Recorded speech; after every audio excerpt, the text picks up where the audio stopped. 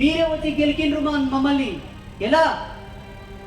కాశీ పట్టణం నందు మీకు మసీదు కట్టుకోవడానికి స్థలం లేకుండేనా? మా దేవుని సన్నిధిలో ఎందుకు కట్టినావు?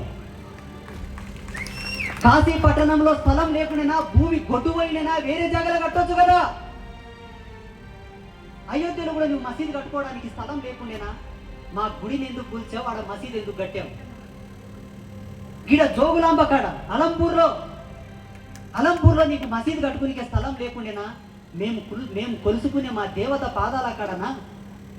ఎవడు పెడుతున్నాడు పుల్లలు? ఎవడు పెడుతున్నాడు లేనిపోని రాజకీయం అంతా?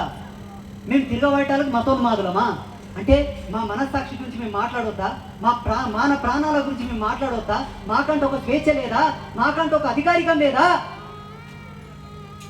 ఇదే మేము మాట్లాడుతున్నా తప్ప మిమ్మల్ని ఉండంగొద్దానం, జీవించంగొద్దానం. ఇంకొక ముఖ్యమైన విషయం ఏంటంటే భారత రాజ్యాంగం మీకు ఎక్కువ రాయితీలు ఇచ్చింది.